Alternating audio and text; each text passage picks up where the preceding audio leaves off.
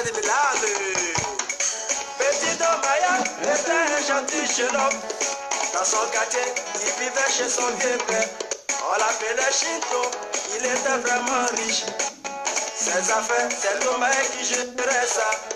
À la maison, c'est lui qui faisait tout. En un mot, il était son bon petit. Shinto très enjaillé a ouvert un kiosque pour lui. Mais à une condition, il devait lui rembourser. Domae a su gérer, il lui a remboursé son jeton. Petit à petit, il a ouvert notre kiosque. Il a ouvert 10 kiosques, il a ouvert 20 kiosques. Attention, il est devenu puissant. Après les kiosques, il a ouvert 2 grands maquis. Ensuite, une boîte de nuit. Excusez-moi.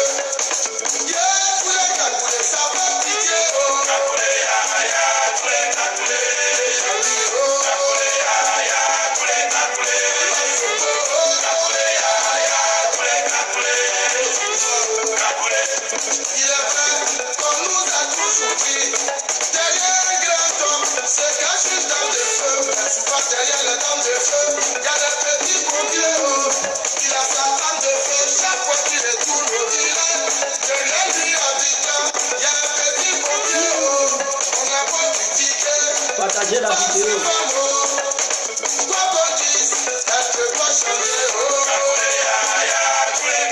Bonsoir à tout le monde.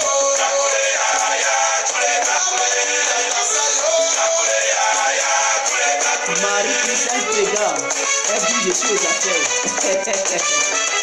Gros bisous là-bas.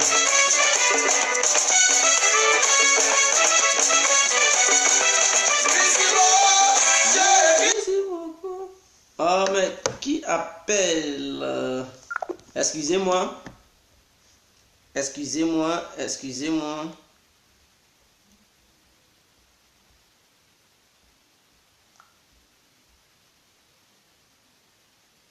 Voilà.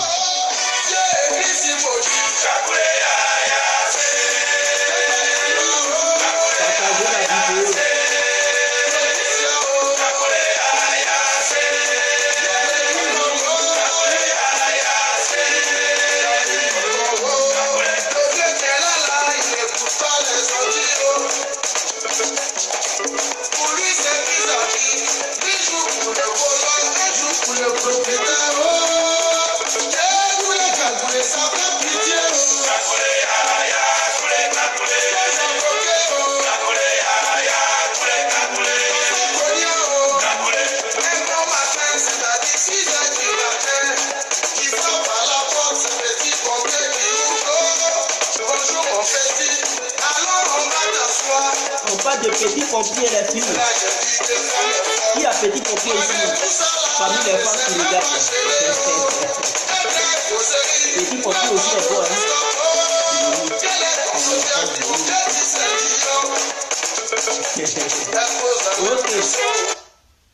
Ok, je vous respecte. Juste accordez-moi 30 secondes. S'il vous plaît, je vous prie de vraiment m'accorder 30 secondes. Merci pour votre gentillesse. Voilà, nous allons débuter la vidéo. C'est très important. Bonsoir à tous et à toutes. Voilà, pour commencer, j'aimerais faire passer un communiqué du COGEP qui m'a demandé de faire passer ce communiqué. Voilà, donc il aura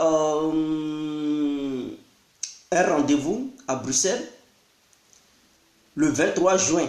À Bruxelles, il aura un rendez-vous. Je vais donner l'adresse. Adresse Victor Parra, chaussée de Aect. Aect, c'est écrit H-A-E-C-H-T.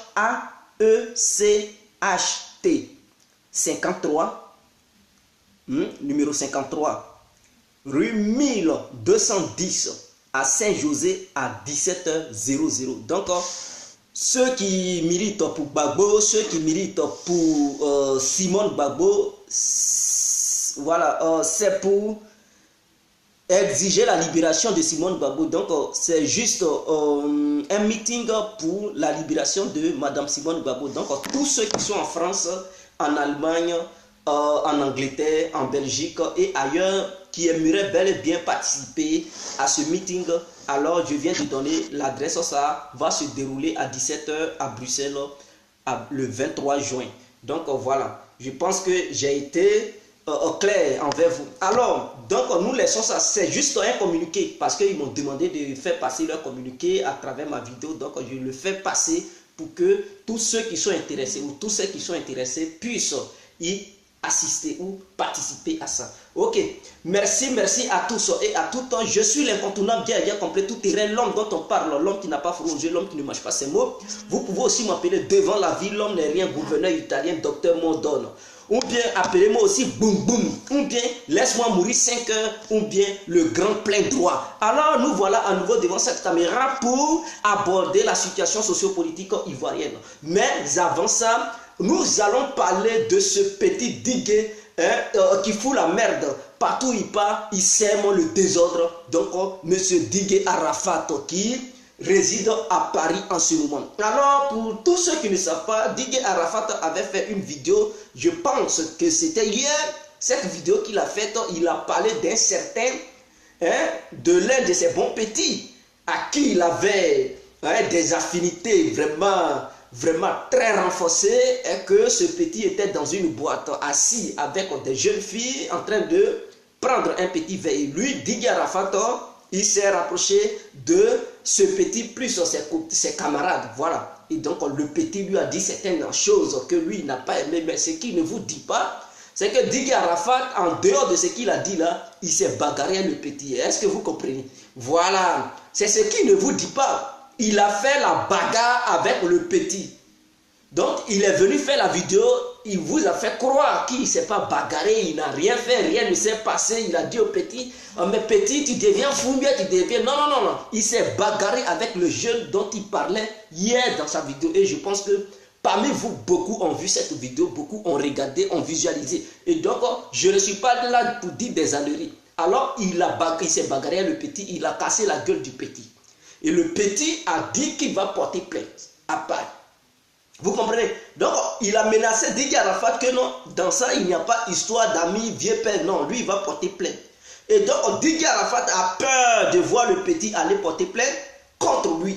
Donc, automatiquement, Digue Arafat, il veut fuir pour rentrer en Côte d'Ivoire. Il préfère aller en prison de Côte d'Ivoire que de rester dans une prison parisienne. Parce que là-bas, il n'y a pas histoire de négociation. Tu ne peux pas aller corrompre un juge français pour dire non, vous savez, j'ai beaucoup de billets de trucs d'euros, donc tenez et libérez-moi. Non, ça dépend de la gravité de la situation. Si la situation est grave et que de la manière il a tabassé le petit, si la blessure est très grave, alors c'est selon le niveau de la blessure que le juge va se baser pour lui donner une peine. Mais ça dépend aussi des juges. Si le juge est rancunier et qu'il n'aime pas les noirs et qu'il voit c'est un noir qui a tabassé un autre noir, mais lui, pour lui, bon, c'est une bonne occasion de sanctionner sévèrement ce noir. S'il ne fait pas attention, peut-être même il va prendre 3 ans de prison ferme. Est-ce que vous comprenez? Ou bien il va lui donner 2 ans de prison ferme plus une amende. Et il va même lui demander de ne pas sortir de Paris. Il sera suivi par quelqu'un qui vient de la justice pour contrôler les actes. Digue Arafat, s'il respecte ou pas, il va mener des enquêtes auprès de ses amis. Est-ce que Digue Arafat est capable de respecter ça? Parce que d'ici vendredi 3 mois, il va encore manquer de respect aux gens. Raison pour laquelle il veut fuir pour aller en Côte d'Ivoire. Et c'est ce qu'il ne vous a pas dit. Mais ce qu'il oublie aussi, en Côte d'Ivoire, il y a encore quelque chose qui l'attend. Et lui, il veut rentrer en Côte d'Ivoire dans le but de corrompre la justice ivoirienne, dans le but de négocier pour pouvoir être comme Nayaka Bell, c'est-à-dire quoi? Nayaka Bell, elle a été condamnée à 3 ans de prison ferme, plus au suicide, et une amende de je ne sais pas combien de millions. Donc, Didier Arafat, c'est dans le même système, il veut rentrer, c'est-à-dire rentrer en Côte d'Ivoire, demander à ses avocats d'aller voir le juge si on peut lui donner une peine d'un an ferme, plus au suicide, mais sans l'incarcérer au sein de la MACA. Donc, c'est quoi? C'est-à-dire il va être condamné, mais il ne doit pas sortir de la Côte d'Ivoire. Il va rester en Côte d'Ivoire pendant 1 an. Il va payer l'amende qu'on lui a donnée, les 20 millions plus les 100 000 francs CFA. Il va payer ça, mais rester sur le territoire ivoirien sans sortir. Voilà. Mais aller librement, voilà, il peut aller dans tous ces mouvements, mais pendant les 1 an, il ne doit pas commettre, il ne doit pas se bagarrer, ou bien il ne doit pas frustrer quelqu'un qui puisse porter plainte contre lui. Et pendant les 1 an, si jamais il se bagarre avec un individu et que ce dernier porte plainte contre lui, il n'y a plus de jugement, il n'y a plus d'histoire de juge, automatiquement on vient l'arrêter pour l'amener en prison. Et c'est comme ça. Et quand tu as une condamnation plus au suicide, tu n'as pas le droit de frustrer quelqu'un pour que ce dernier puisse aller porter plainte contre toi. Dès qu'on porte plainte, on ne te juge plus. Il n'y a plus l'histoire de dire je n'ai rien fait, je suis innocent. Non, non, non, on t'attrape prison directe. Et c'est comme ça ça se passe. Donc voici votre Didier Arafat, partout où il passe, il se bagarre. Partout où il passe, il se bagarre. Et ce n'est pas bien pour un artiste ivoirien. Il quitte en Côte d'Ivoire, il envoie sa sauvagerie encore ici en Europe. Vous trouvez cela normal? Et ce sont ces genres de personnes-là, vous voulez soutenir. Est-ce que c'est normal? Vous-même qui êtes à Paris, là, vous vous bagarrez là-bas. Vous pouvez vous bagarrer, mais ce n'est pas comme ça. On se bagarre même pas. La première des choses, quand tu viens sur le territoire européen, on te dit ici, là, on ne fait pas paname. Ici, là, il ne faut pas te bagarrer. Ici, là, il ne faut pas frustrer quelqu'un, il ne faut pas traiter, il ne faut pas être raciste envers l'autre. Voilà, voilà, on te montre les bonnes manières. Mais le négro, toujours, il a eu une autre façon de fonctionner. Et ce n'est pas bien. Didier Arafat est l'exemple palpable. Et c'est ce dernier, les gens y suivent. Mais moi, mon combat, c'est quoi? Mon combat, c'est pour lutter pour le peuple ivoirien. C'est pour lutter pour le peuple ivoirien parce que le peuple ivoirien souffre aujourd'hui dans son ensemble. Il n'y a personne pour parler de ce peuple et moi, je ne peux pas permettre à ces gens de personnes d'aliéner ce peuple. Nous n'avons plus besoin des articles des aliénations. Le peuple doit être éduqué en bonne et due forme. On ne peut plus plaisanter avec l'éducation de notre population ivoirienne. Voilà pourquoi, quand je fais mes vidéos, les gens me disent « Oh, tu es contre Arafat ». Non, non, non, ce n'est pas une histoire de dire « Je suis contre Arafat ». C'est une histoire. J'ai remarqué que Arafat, il n'a pas, il n'éduque pas les gens, il n'éduque pas le peuple ivoirien, il n'a pas de bonnes habitudes.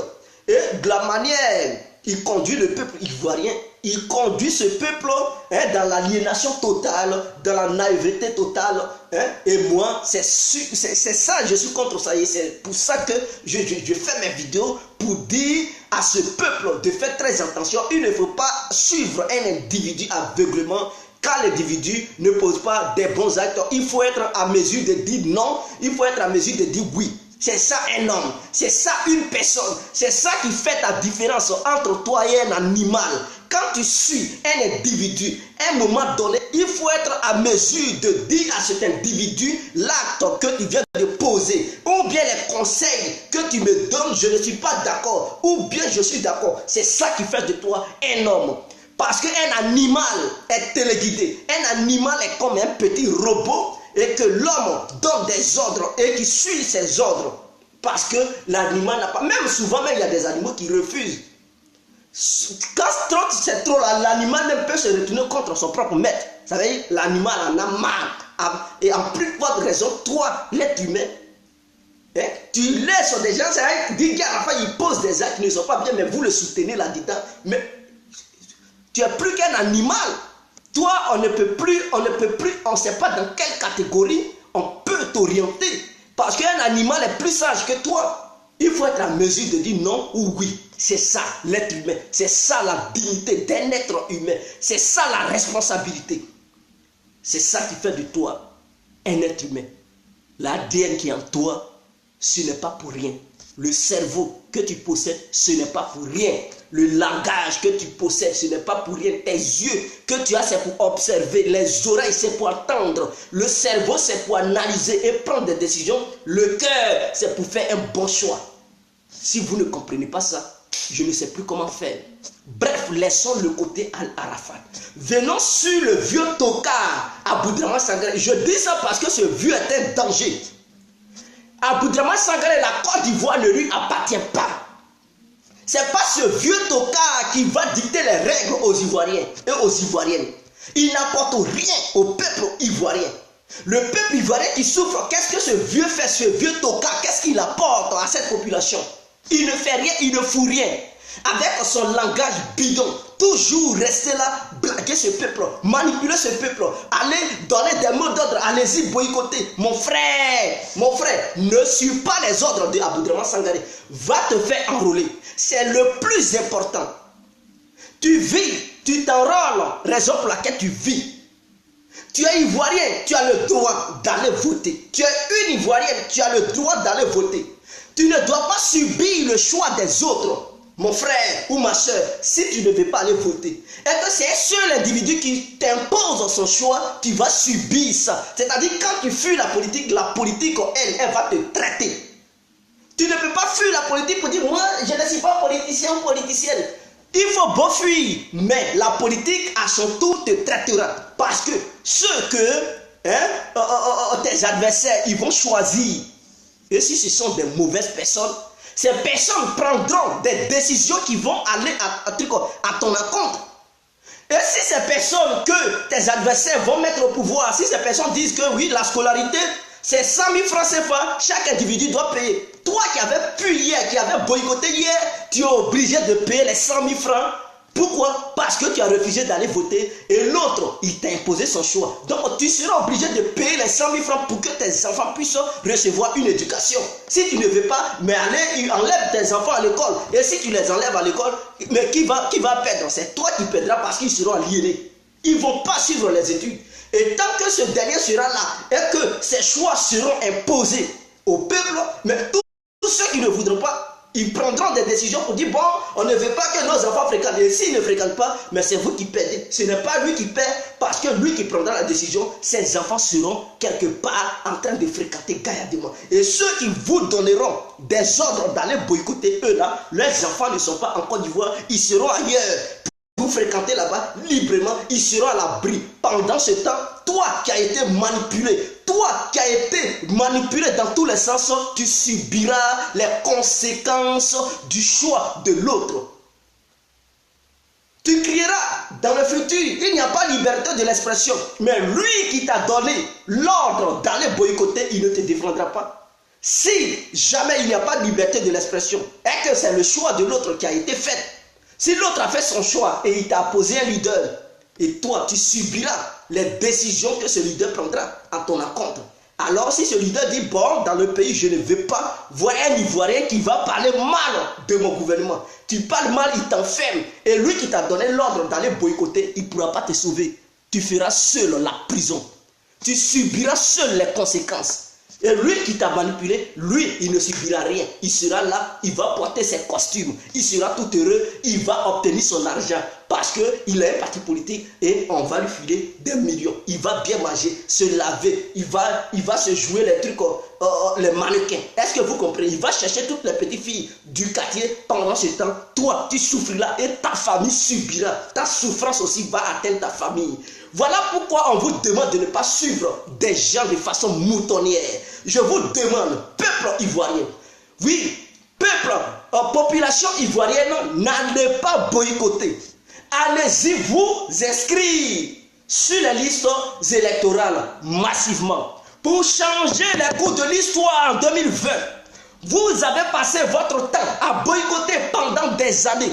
Qu'est-ce qui a changé? Faites le bilan. Vous avez fait des pétitions, des boycotts. On va discréditer la CEI, on va discréditer tant. Il n'y a pas un taux de participation élevé. La communauté internationale va dénoncer ça. Vous avez tout fait, rien n'a été dénoncé. Vous êtes tous, vous seulement, vous êtes dans votre petite logique où vous vous êtes enfoncé la tête en pensant que les autres ils vont vous suivre. Mais non, ils ne vous suivront pas. Et vous faites un chemin, un faux chemin. Alors, moi, ma mission, c'est de ne pas suivre Sangaré. Sangaré, il n'est pas l'avenir de la Côte d'Ivoire. Sangaré ne peut pas changer la Côte d'Ivoire. Sangaré est une marionnette. Vous cherchez les marionnettes, Sangaré, il fait partie des milliers de marionnettes qui manipulent. Je vais vous montrer encore les photos de Sangaré. Vous qui dites que l'autre, il salue, Afi salue tant, Afi, Sangaré, ils sont tous même chose. Je vous le dis. Voilà les images de Sangaré, qui lui a aussi reconnu le pouvoir de Ouattara pendant ce temps où votre babo il souffrait au nord de la Côte d'Ivoire. Qui est là? Est-ce que vous pouvez me dire le nom de cette dame? N'est-ce pas la collègue de Aboudraman Sangaré, cette dame, n'est-ce pas Marie-Odette Lorounion? Celui-ci, n'est-ce pas Aboudraman Sangaré? Celui-ci, n'est-ce pas Alassane Dramane Ouattara? Cela s'est déroulé à Yamoussoukro lors de l'investiture de M. Alassane Dramane Ouattara.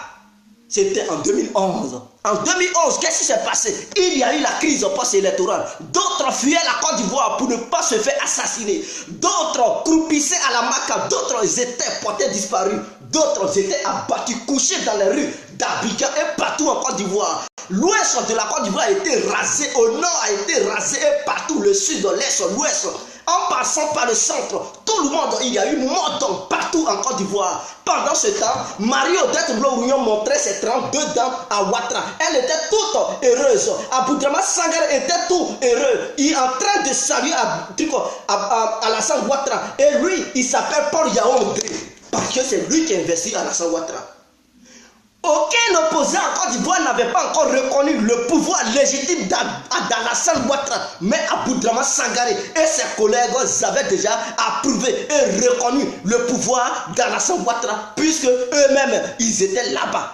Lors de l'investiture de Ouattara, ils ont salué Ouattara pour dire « Oui, nous te reconnaissons en tant que président de la République de Côte d'Ivoire ». En ce temps, Laurent Gbagbo était incarcéré au nord. Il était maté chaque matin, midi, soir par les rebelles qui le surveillaient là-bas.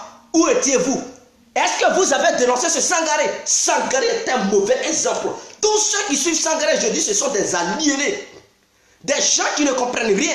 Et je vais vous montrer encore une nouvelle photo où Odette Lorounion elle-même a montré ses 32 dents, pour ne pas dire ses 43 dents. N'est-ce pas Marie-Odette Lorounion? Dama Djedje, n'est-ce pas Ahmed Bakako là, qui était là pour montrer ses lèvres, n'est-ce pas Marie-Odette Lorounion, n'est-ce pas Ahmed Bakako ici? Alors mes frères, et ça se passait lors de l'investiture de Alassane Dramane Ouattara. Est-ce que vous comprenez? Et ce sont ceux-là aujourd'hui qui vont vous manipuler pour vous demander de boycotter Tricot. Mais ils sont dans un rôle. Ils sont dans un rôle Sangaré. Et ses amis sont dans un rôle en train de vous manipuler. Et moi, en plus, je m'oppose. Je dis d'aller vous faire enrôler. Ne suivez pas Sangaré. Sangaré est un tocard. Un vieux tocard qui ne connaît rien. Un vieux tocard qui joue un jeu. Sangaré a des gardes de corps. Qui lui donne les gardes de corps? Dites-moi, Sangaré, il paye, il attire une armée en Côte d'Ivoire. Une armée en Côte d'Ivoire spéciale à Sangaré. Mais les policiers qui montent sa garde, ceux-mêmes qui suivaient Sangaré, ils sont payés par le pouvoir de Ouattara. N'est-ce pas? Ils sont payés par le pouvoir de Ouattara. Pourquoi Sangaré ne dit-il pas que je ne reconnais pas Ouattara, donc je ne reconnais pas les policiers ivoiriens? Je ne veux pas que le pouvoir ivoirien me donne des policiers pour surveiller ma personne. Mais il prend ses policiers. Il prend ses policiers. Marie-Odette Lorounion est surveillé. Sangaré est surveillé. Et eux tous, ils sont surveillés. Qui les paye? Ouattara les paye. Pour faire une petite manifestation, ils demandent l'ordre à qui? Ils demandent l'ordre au gouvernement. Et ils vous mentent. Ils sont là dans un petit jeu grave. Je vous dis, tous ces politiciens, ils ont semé le désordre en Côte d'Ivoire. FPI, PDCI, RDR, ils sont la cause palpable de la politique ivoirienne. Ils ont semé le désordre dans notre pays. Pour faire avancer la Côte d'Ivoire, prenons l'exemple ghanéen. Rawlings n'était pas dans un parti politique lorsqu'il est venu arranger le Ghana. Aujourd'hui, le Ghana est devenu un miroir. Le Ghana est devenu un exemple palpable. Le Rwanda, Paul Kagame n'était pas dans un parti politique. Il était opposant. Regardez, aujourd'hui le Rwanda est devenu un message fort, est devenu un miroir, est devenu une image, est devenu un exemple. La Côte d'Ivoire, si nous perdons notre temps à suivre ces vieux tocards, ces politicards qui sont là, nous cogner les têtes. Depuis que le RDR, le PDCI, le FPI ont pris le dessus, la Côte d'Ivoire connaît que quoi? La division. La Côte d'Ivoire, nous partons de division en division. Nous partons de boycott en boycott. Nous partons de désordre en désordre. Nous partons, on ne sait même pas où on part, mais on part quand même. Et la vie des Ivoiriens devient encore plus chère.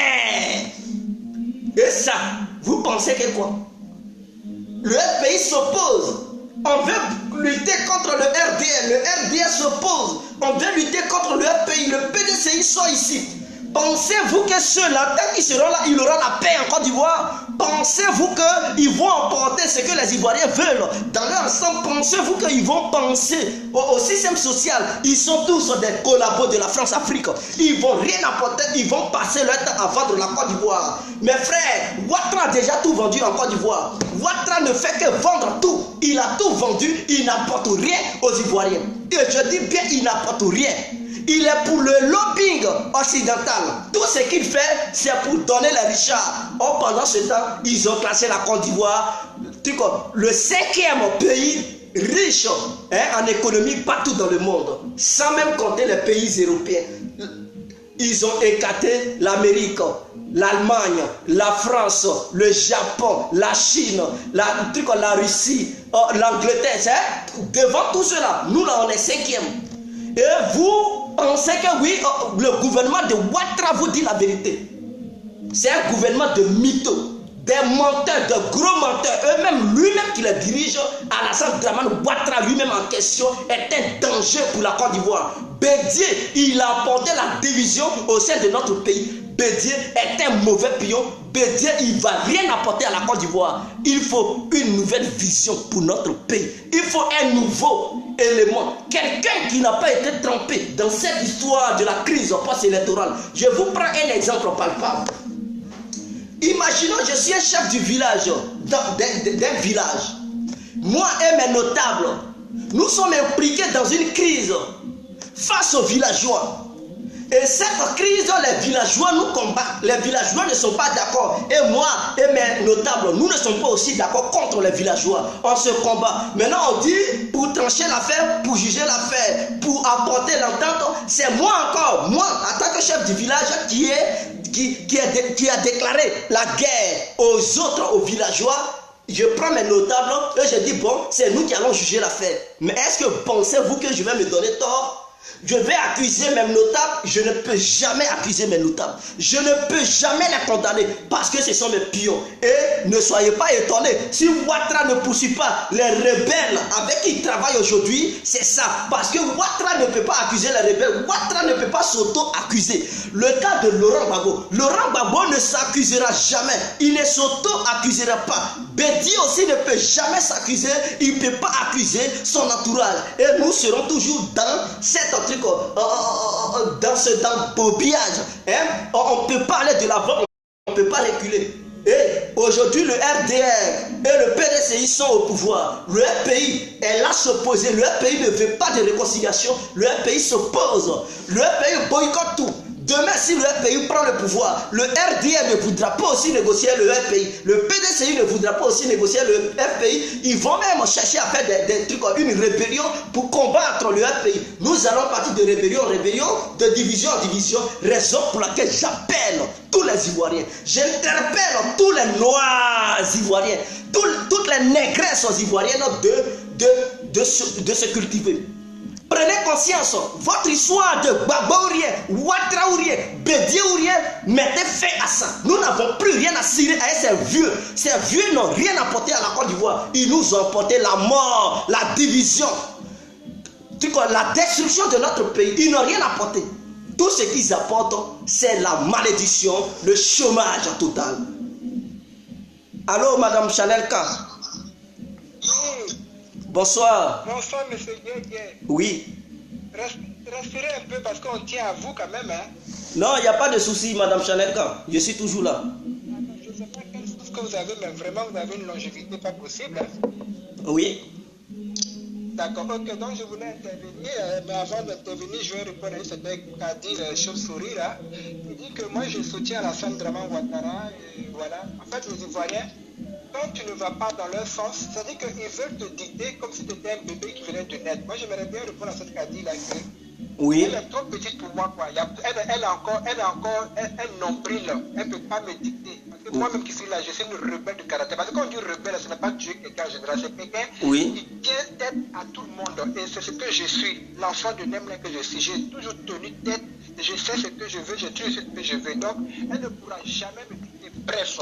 Maintenant, merci beaucoup. Je vous en remercie pour avoir montré ces images-là où il y avait tout le... Je dirais pratiquement où il y avait les grosses têtes du FPI qui reconnaissaient M. Alassane Draman Ouattara comme président de la République de Côte d'Ivoire. Okay?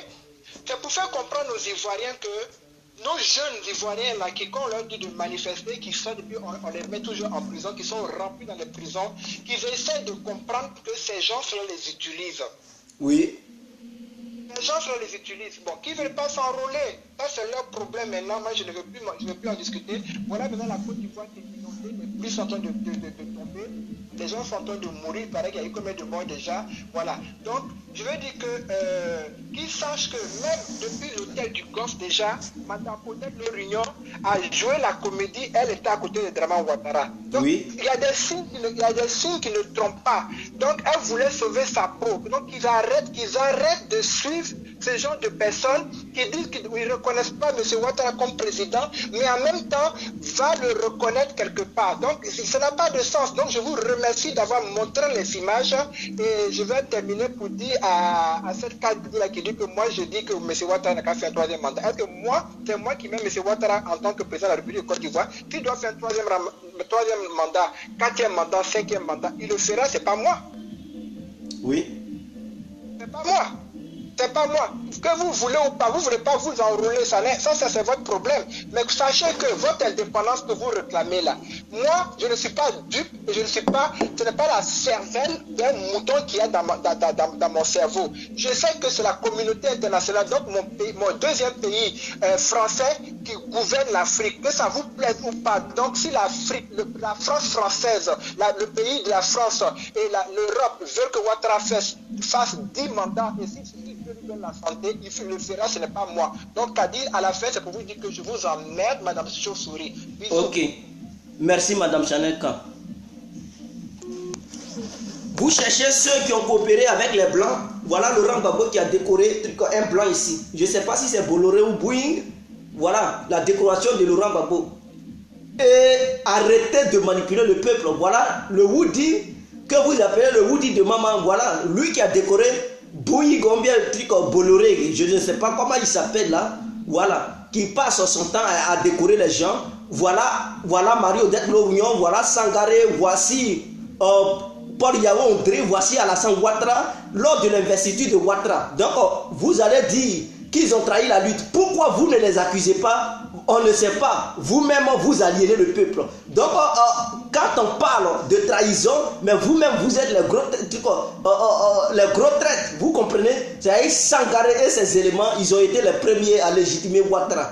Et vous ne pouvez rien changer, vous ne pouvez pas apporter quelque chose de nouveau en Côte d'Ivoire. Voilà encore Laurent Gbagbo et les Blancs. Voilà, donc eux tous, ils ont fréquenté les Blancs, ils ont mangé les Blancs. Donc arrêtez vos idioties. Voilà Laurent Gbagbo qui acclame les Blancs ici. Voilà, et je vais montrer encore où Marie-Odette Lorignon était en train de sourire. Voilà, ça c'est Ahmed Bakayoko. Pour ceux qui connaissent Bakayoko, voici Marie-Odette Lorignon. Voilà, Danon Djedje, ça s'est passé à Yamoussoukro pendant même en pleine crise post-électorale en 2011. Pendant ce temps, les autres fuyaient. Donc, quand on parle de ça, vous allez dire traite, mais vous avez été les premiers à trahir votre soi-disant Laurent Gbagbo. Donc, arrêtez vos bêtises. Le FPI ne peut rien apporter à la Côte d'Ivoire. Le RDA ne peut rien apporter à la Côte d'Ivoire. Le PDCI ne peut rien apporter à la Côte d'Ivoire. Ils ont été tous ceux qui sont à la base des vrais problèmes de notre pays. Est-ce que vous comprenez? Tu ne peux pas être impliqué dans une situation grave et vouloir encore juger cette situation, vouloir encore être chef, vouloir encore être juge. C'est comme M. Adou, le juge Adou, il est impliqué dans certaines choses et maintenant il veut encore juger ces mêmes trucs aux personnes. Mais il va même pas, la justice ne sera pas la justice. Elle ne sera plus la justice. Elle ne va plus être équitable. Donc vous êtes étonné que Ouattara ne juge pas les rebelles qui sont autour de lui. Mais oui, parce que Ouattara a été un antagoniste au sein de cette crise. Il ne peut pas juger les rebelles qui sont autour de lui. Il ne peut pas accuser ses propres éléments. Si c'est Laurent Gbagbo, il ne pouvait pas aussi juger ses propres éléments. Il allait aussi toujours les protéger. Si c'était Bédié, il n'allait pas même juger ses propres éléments. Il allait toujours les protéger. Donc avec ces vieux politiques, nous ne pouvons pas avancer, nous ne pouvons pas reculer. Ça va être toujours comme ça le désordre. Nous voulons un nouvel truc au vent. Est-ce que vous comprenez? On veut un nouveau souffle. Nous voulons une nouvelle ère. Nous ne voulons plus ces voyous-là, parce que je les appelle des voyous, des gens qui n'apportent rien à notre pays. Ils ne font qu'assassiner le peuple. Ils ne font que casser les maisons des gens. Ils ne font que mettre le peuple dans les rues. Ils ne font que même aggraver la situation alimentaire, l'éducation. Il n'y en a plus en Côte d'Ivoire. Le peuple ivoirien n'est plus éduqué. Tout le monde devient vagabond, des gens deviennent des microbes et on est dans ça. D'autres lancent des messages à boycotter. Mes frères, allez-y, il faut faire rouler. Il y aura des candidats aux élections présidentielles de 2020. Il y aura des gens en face de Ouattara. Il y aura des gens en face d'Henri Konan Bédié. Nous allons gagner ces gens. Parce que le peuple ivoirien est mobilisé. Que tu sois du nord, l'est, l'ouest, au sud, en passant par le centre, tout le monde est galvanisé. Nous voulons des jeunes au sommet de notre pays. Nous ne voulons plus de voyous. Ces vieux, ils n'ont rien apporté. Il faut changer la politique à un moment donné. Pourquoi toujours mettre des vieux? Vous ne voyez pas que le monde avance? Vous voulez fonctionner les vieux? Vous-même, vous n'êtes pas des humains? C'est comme si, laissant les vieux, on va faire quoi? Toi, tu n'es pas un homme? Ton cerveau là a été arraché ou bien jeté en brousse. Ils ont formalisé ton cerveau. Tu es un être humain, tu te sous-estimes. Vous ne voyez pas en Europe. Vous ne voyez pas le cas Macron, le cas canadien. Au Canada, là, lui qui dirige le Canada, c'est un vieux. Mais je pense que Justin Trudeau est un jeune. Il est moins âgé. Vous prenez Macron, c'est un jeune. Vous partez en Autriche, c'est un jeune. Est-ce que vous comprenez? Et il y a partout comme ça. Vous partez en Corée du Nord, c'est un jeune. Kim Jong-un est un jeune. On n'a plus besoin des vieux pour diriger des pays. Je dis bien, on n'a plus besoin des vieux pour diriger des pays, car les jeunes sont compétents. Ils sont 1000 fois meilleurs. Quand un vieux il vieillit, ses idées vieillissent. C'est comme une vieille qui n'arrive plus à faire quelque chose, elle devient comme un bébé. Est-ce que vous n'avez pas remarqué ça? Des vieilles personnes deviennent comme des enfants. Il faut les blaguer comme un bébé. Et c'est comme ça, quand tu vieillis, tes idées deviennent vieilles. Est-ce que vous comprenez? Parce que le cerveau, lui aussi, il vieillit. Il faut des cerveaux frais. Et pour avoir ce cerveau frais, il faut des jeunes frais. Ou bien des femmes fraîches. Pour gouverner ce pays. Pour faire avancer ce pays. Rawlings a aidé le Ghana. Il n'était pas vieux, il était jeune. Parce que ses idées aussi, elles étaient fraîches. Les vieux qui étaient au sommet du Ghana, ils ont foutu la merde. C'était le désordre total, la corruption, voilà, le vol et tout. Ils faisaient n'importe quoi. Rawlings a redressé le pays. Mais il a redressé le pays, il avait quel âge? C'était un jeune. On n'a pas besoin des vieux. FPI, PDCI, RDR, ils ne peuvent rien apporter. Et le soir, je vais fracasser. Je vais m'adresser à Ouattara. Le soir, je vais m'adresser à Bédié. Le soir, je vais m'adresser à Gbagbo. Et je vais dire ce qu'ils ont fait, qui ont causé tort à la nation ivoirienne. On n'a plus besoin de ces gens-là. Nous avons besoin de quelqu'un d'autre. Quelqu'un qui peut apporter quelque chose. Vous ne voulez pas le changement? Ne voulez-vous pas le changement? Mais le changement, c'est maintenant. Le changement ne peut pas se faire avec des vieux. Le changement ne peut pas se faire avec des gens qui nous ont assassinés en Côte d'Ivoire. Les gens qui ont maltraité le peuple ivoirien. Des gens qui ont causé tort à notre nation. Nous ne pouvons pas aller au changement et ces voyous. Je dis des voyous parce qu'ils n'ont pas eu pitié de nous. Gbagbo, Ouattara, Alassane, celui de lui, comment il s'appelle, Mamadou Koulibaly, celui de comment il s'appelle, l'UNG, ces femmes qui prennent, ils ont été tous à la base de ça. Soro Diomo, Bléo, ils sont tous coupables de ce qui est arrivé à la Côte d'Ivoire. Nous ne pouvons pas encore mettre ces voyous au sommet de notre État. Non, trop c'est trop. Il faut s'en débarrasser de ces gens-là parce qu'ils sont des pestes pour notre pays. Depuis qu'ils ont commencé leur politique, vous voyez la division ne fait que prendre de l'ampleur. Les morts ne font que se multiplier. Depuis que Oufou est mort, c'est la panique totale. Bédié, Gbagbo, Alassane, quand ils sont rentrés en politique, on ne peut plus. La Côte d'Ivoire, on dirait c'est le désordre total. On ne peut plus. On ne maîtrise même plus notre pays. Ce sont les étrangers qui maîtrisent maintenant la Côte d'Ivoire. C'est eux maintenant qui nous dictent comment on doit vivre dans notre propre pays. C'est eux qui doivent dire c'est là qui est bien. C'est eux-mêmes qui nomment les Ivoiriens qui doivent travailler. L'Ivoirien lui-même, il ne peut plus nommer un propre Ivoirien pour aller au travail. Et les Ivoiriens chôment. C'est eux qui savent que cet espace est bien pour construire des magasins de shawarma, des magasins de je ne sais pas, de Donkounou. C'est eux maintenant qui donnent l'ordre à notre État ivoirien, les autorités ivoiriennes d'aller raser les maisons des gens pour les mettre sous la belle étoile où il y a encore des inondations qui viennent encore, qui s'abattent sur ces gens-là. L'eau de ruissellement vient encore les ramasser pour les jeter dans des caniveaux et ça provoque des morts. Il y a l'eau de pluie qui tue les Ivoiriens en désordre. Et nos différents États, c'est-à-dire le RPI, le RDA, le PDCI, ils sont incapables de faire des logements sociaux pour les Ivoiriens en général. Et vous voulez suivre ces gens-là? Gbagbo a géré 10 ans, il a porté quoi? Zéro. Il a construit quel logement social? Zéro. Il n'a rien foutu. Ouattara là, ça fait bientôt, ça va aller dans 10 ans. Il a foutu quoi? Il veut encore un troisième mandat. Mais il se moque des Ivoiriens. C'est Alassane Dramane Ouattara se moque des Ivoiriens. Mais il va prier les bagages bientôt. Il va partir, il va quitter.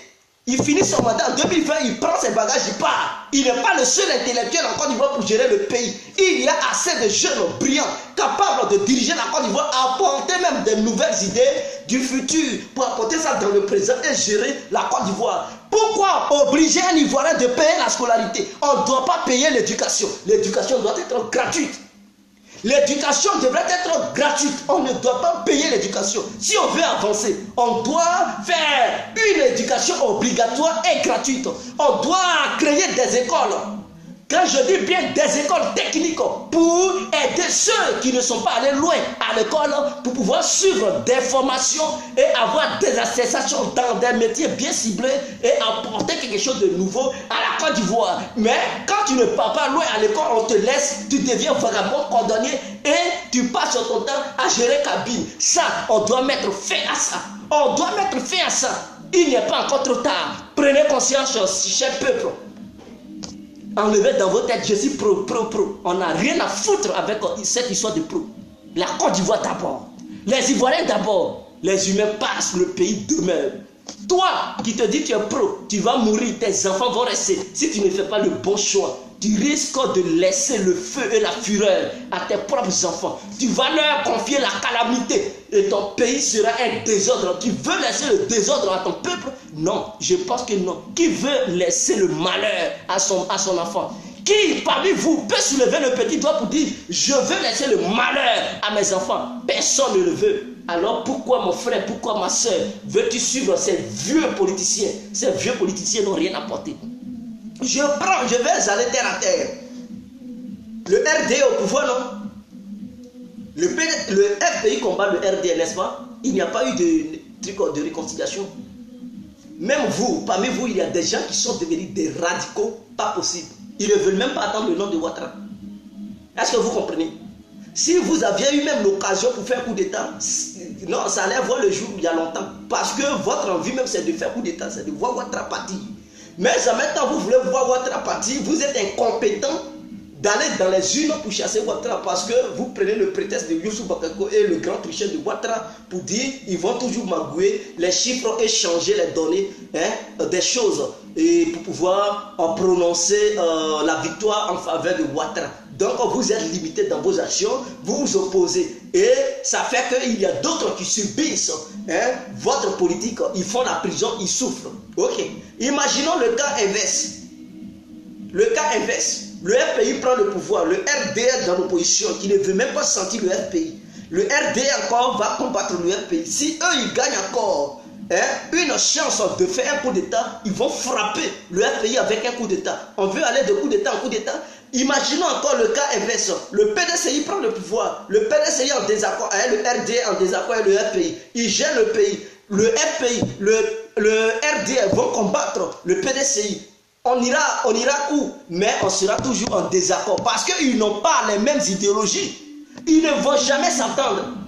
Chacun a sa vision. Eux, ils ont leur vision. Les autres ont leur vision. Ils ne peuvent jamais s'entendre. Ils ne peuvent jamais tomber d'accord. Voilà la division du pays. Et donc, quand l'autre il prend le pouvoir, l'autre il veut voir son ami chuter. Il n'est pas prêt à aider l'autre à avancer. Il a des idées. Il a des trucs, des suicides, je ne sais pas, des idées de renverser le pouvoir de l'autre. Et donc, si l'opportunité se présente, il est capable de faire un coup d'État. Et donc, quand Gbagbo a pris le pouvoir, le RDR a eu l'occasion, a fait un coup d'État, ça n'a pas marché, ils ont créé une rébellion. Et on va aller comme ça. Si le FPI prend le pouvoir, ils vont encore créer une rébellion. Le RDR sera toujours au pouvoir, le FPI ne va pas vouloir participer aux élections, ils vont boycotter. Les gens vont toujours mourir hors du pays, des gens vont toujours souffrir dans les prisons. Vous voulez ça? Non. Le PDCI vient au pouvoir, le RDR va combattre le PDCI, le FPI va combattre le PDCI. On ira toujours de désordre en désordre. Et donc, comme ils sont à la base du problème ivoirien, c'est eux qui créent le problème. Le PDCI, le FPI et le RDR, voilà les trois partis politiques qui créent les magouilles au sein de notre pays. Alors, qu'est-ce qu'il faut faire?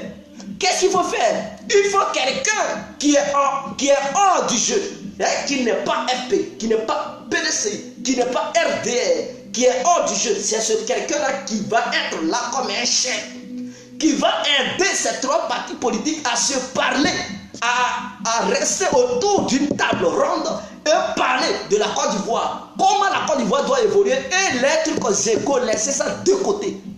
Il ne s'agit pas de parler de trucs de la haine, de la rancœur ou bien de l'égocentrisme. On parle de l'avenir de notre pays et donc chacun doit laisser mon moi et mettre le problème de la Côte d'Ivoire sur la table. Mais pour mettre le problème de la Côte d'Ivoire sur la table, il faudrait quelqu'un qui est hors du jeu. Il ne s'agit pas de quelqu'un qui est dans le jeu. Non.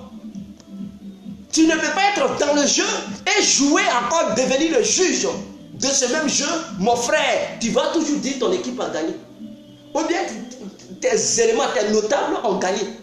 Parce que tu ne vas pas donner la victoire à l'autre, sachant bel et bien que toi-même tu es là. Tu es dans le problème. Et donc ne soyez pas étonnés depuis si nous ne partons pas à la réconciliation. Ne soyez pas étonnés si depuis il y a des divisions au sein des partis politiques. Mais c'est ça le problème. Et ce sont les Ivoiriens qui doivent grandir dans leur tête. Je vois des Ivoiriens qui ont 45 ans, qui n'ont rien dans leur tête. Je vois des Ivoiriens qui ont 50 ans, qui n'ont rien dans leur tête parce qu'ils ont été éduqués de la sorte. Ils ne comprennent rien. Ils sont, je suis taourien, je suis taourien, je suis taourien. Et je dis, mais ceux-là, ils deviennent des malades mentaux ou quoi? Qu'est-ce qui se passe dans leur cerveau? Sont-ils des humains ou des animaux? Parce qu'un humain doit comprendre, analyser les faits. Tu ne peux pas avoir un problème avec ton père. Tu te bagarres ton père et le jour du jugement, ton père juge. Et il va dire non, c'est mon fils qui a raison. Tu as déjà vu ça où? Tu as déjà vu ça où? Mais il va se donner la raison. Et s'il se donne la raison, mais toi tu seras toujours fâché. Tu vas dire non, je ne suis pas d'accord. Et ça va encore soulever autre problème. Et c'est dans ça que nous sommes. Il faut prendre quelqu'un d'autre qui n'est pas ton père, qui n'est pas toi-même, qui n'était pas là, qui n'est pas aussi impliqué dans ce problème. Et c'est ce dernier-là qui va trancher.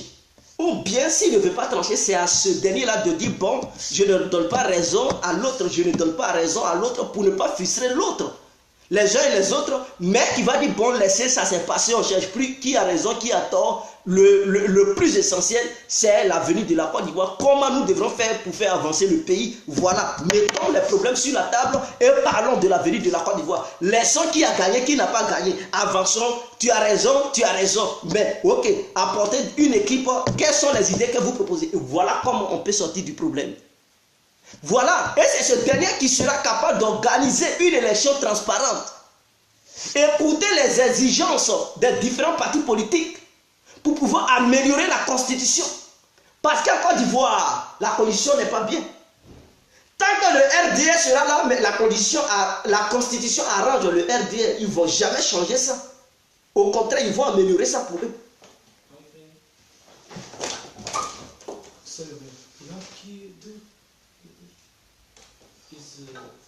Oui.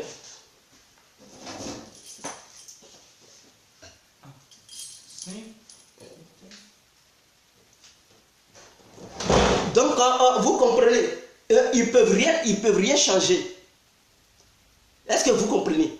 Donc, voilà quelqu'un, il faut prendre quelqu'un d'autre pour l'amener. Et c'est ce quelqu'un d'autre là qui peut apporter quelque chose. Tant qu'on ne comprendra pas ça là, on ne va pas quitter dans ce problème. Tu ne peux pas être en conflit avec ton ami. Vous êtes bagarrés. Et on veut chercher qui a raison. Et c'est ton ami qui est juge. Et c'est lui qui dit il va juger l'affaire. Toi, tu peux accepter. Mais qui t'a dit il va dire lui il a tort. Mais il va toujours dire que c'est toi qui as tort. Et c'est toi il va traquer. Il va dire mettez-le en tôle. Mais ils vont te mettre en tôle. Et tu ne seras pas d'accord. Et tes supporters ne seront pas aussi d'accord. Mais vous voyez Ouattara, vous êtes étonnés. Mais si Ouattara dit il a raison, est-ce que c'est lui qui a raison? Je viens mon...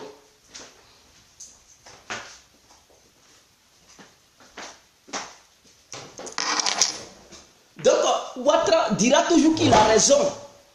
Il dira toujours qu'il a raison. Et donc, si les pro-Gbagbo sont traqués aujourd'hui, et que les pro-Ouattara ne sont pas touchés, mais c'est ça aussi.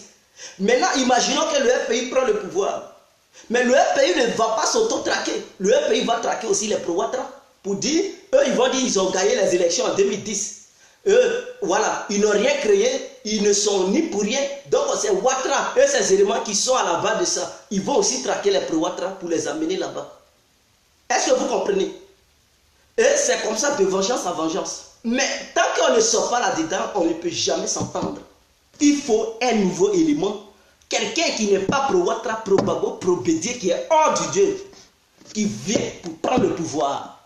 Il ne va pas dire, oh, je déteste les pro-Gbagbo, je vais les mettre en prison. Je déteste les pro-Ouattara, je vais les mettre en prison. Je déteste les pro-Bédié. Non, non, non, lui, il ne va pas le faire. Lui, il est venu là, c'est pour recadrer. Parce qu'il vient dans le but de rassembler tous les Ivoiriens. Il vient dans le but de rassembler tous les Ivoiriens. Il ne vient pas dans le but de diviser les Ivoiriens. Et le rassemblement se fait comment? Mais il sera dans son gouvernement pour ne pas faire frustrer d'autres ethnies parce que nous sommes nombreux. Il ne faut pas te faire entourer des gens qui viennent de ta région. Il faut prendre des gens qui viennent dans les différentes régions de la Côte d'Ivoire. Ils seront autour de toi parce que ça sera un gouvernement de la réconciliation et de l'avenir de notre pays. Et donc, toutes les ethnies de la Côte d'Ivoire seront au sein du gouvernement pour ne pas que tu sois à Bé, tu ne sois pas frustré, que tu sois Tambana, tu ne sois pas frustré, que tu sois un petit Bété, tu ne sois pas frustré, que tu sois un petit Dida, tu ne sois pas frustré. Et puis, ils seront autour du leader unique qui va lui maintenant apporter la réconciliation. Donc, personne ne va encore avoir des tendances suicidaires dans le but d'aller faire encore une rébellion. Et ce dernier, il sera capable de débattre avec tous les partis politiques de la Côte d'Ivoire, les réunir autour d'une table, parler des trucs de la situation. Et s'il y a un parti politique qui conteste, il va inviter ces derniers. Et ces derniers ne vont pas dire c'est toi qui nous as tués. Non, non, non. Ils ne vont plus gagner de prétexte. Pourquoi vous contestez? Qu'est-ce qu'il y a? Quel problème vous avez? Venez, on va discuter. Et il sera capable de discuter avec tout le monde et choisir ce qui ne plaît pas aux autres, aux uns et aux autres, trouver une solution pour que tout le monde soit d'accord. Organiser des nouvelles élections pour que les résultats soient transparents, pour ne pas qu'on dise, oh, à ce temps, ce dernier, lui, il ne se représente plus. Il ne se représente plus, pour ne pas que les gens disent, non, il a gagné les élections pour gagner, non. Lui, il fait, hein? Il met les élections là, il s'écarte et il regarde maintenant les différents représentants des différents partis politiques. Ce sont eux qui vont aller aux élections. Donc les résultats qui seront proclamés seront des résultats transparents. Il n'y aura pas une histoire de dire c'est toi qui es au pouvoir, tu as triché les élections pour gagner. Non. Voilà comment il faut organiser les choses. Mais si on est dans une histoire, drama nous rien, on joue rien, mais on ne peut pas avancer. Est-ce que vous comprenez? On ne peut pas avancer. Quittez là-dedans et projetez vos idées très loin. Voilà ce que je vous demande. Au lieu de boycotter cette année, le pays veut boycotter cette année. Imaginons que vous ne boycottez pas. Imaginons. Le RD est divisé. D'autres, ils haïssent Ouattara. Imaginons que ceux-là qui détestent Ouattara, qui sont aussi au sein du RD, ils partent se faire enrôler. Les membres du RPI partent se faire enrôler. Ceux qui sont en désaccord avec le PDCI partent se faire enrôler. Et tous ceux qui sont en désaccord avec le parti au pouvoir, ceux qui sont en désaccord avec leur propre leader, ils prennent la décision de ne pas voter leurs anciens leaders. Et l'opposition prend la décision, puisque l'opposition n'a pas de leader pour pouvoir le présenter aux élections présidentielles.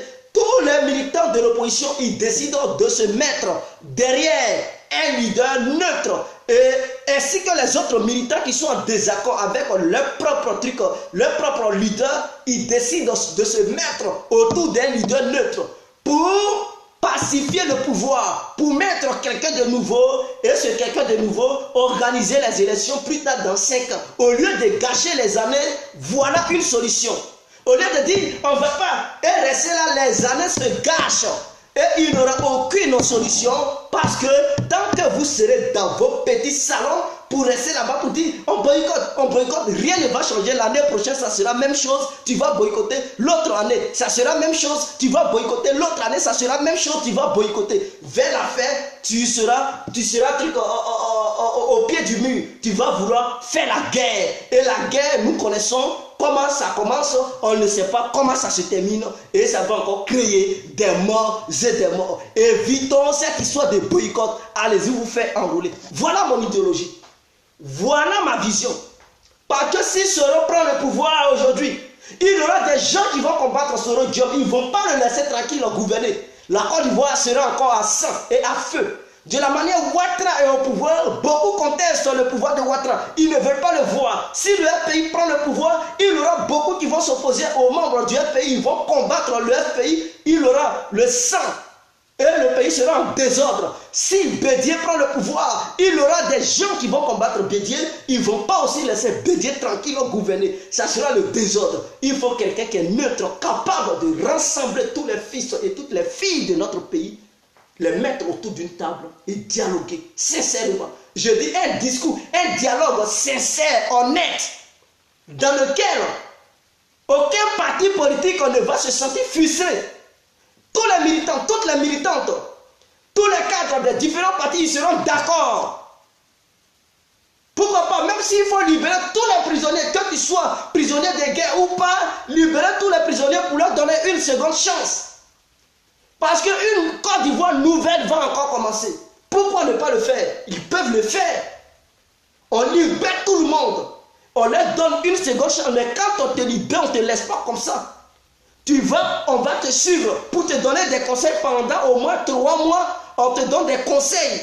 Quand tu sors, est-ce que tu vas le refaire? Il y aura des psychologues qui vont les regarder. Est-ce que celui-là, son comportement a changé? Est-ce que si on le relâche, il ne va pas encore faire des bêtises? Ils vont regarder ces gens-là. Si on voit que tu as changé de comportement, tu n'es plus agressif et que tu es devenu humain, on te laisse. Mais on peut faire ça pour leur donner une nouvelle chance pour la nouvelle Côte d'Ivoire. Pour voir. Maintenant, ceux encore qui vont foutre la merde, le bordel, si on les prend, on va les sanctionner sévèrement. Voilà ma vision. Voilà ma vision. Et il y aura beaucoup qui seront d'accord. Mais ceux qui ne comprendront pas, je pense que ceux-là, ils sont vraiment aliénés profondément. Et il leur faut une opération, je ne sais pas, crânienne, pour pouvoir les faire comprendre. C'est très important.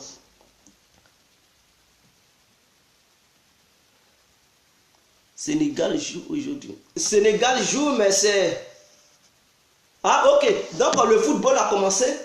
Je vous laisse. Voilà, le soir, je vais parler de Gbagbo, Ouattara et Bédié. Donc, rendez-vous le soir à 22h ou à 21h. Donc, à 21h, si vous ne me voyez pas, à 22h, on sera là. On va parler de Gbagbo, Alassane Dramane Ouattara, Henri Konan Bédié. On va parler de... Trop, c'est trop. Et on doit mettre fin à cette histoire de parti politique. Il faut des gens neutres pour le bien-être de la Côte d'Ivoire. C'était l'incontournable, bien compris tout terrain, l'homme dont on parle. Oui, la nouvelle génération doit prendre le pouvoir en Côte d'Ivoire. Ciao. La pluie en train de tuer. La pluie tue les gens parce que toi, en Goa, Gradet, tu es ignorant. Parce que tu suis les vieux. Et les vieux, ils ne trouvent pas les solutions de cette pluie qui s'abat sur la Côte d'Ivoire pendant des décennies, qui ne fait que tuer les Ivoiriens. Donc, c'est toi qui rencontres ta vie parce que tu n'as rien compris. Tu suis les vieux qui n'ont aucune solution. Voilà la preuve. Donc, il faut changer de mentalité pour que demain là, la pluie ne tue plus les Ivoiriens et les Ivoiriennes. Tu as compris? Voilà. Merci et ciao. bonne. Ciao, ciao, on est ensemble.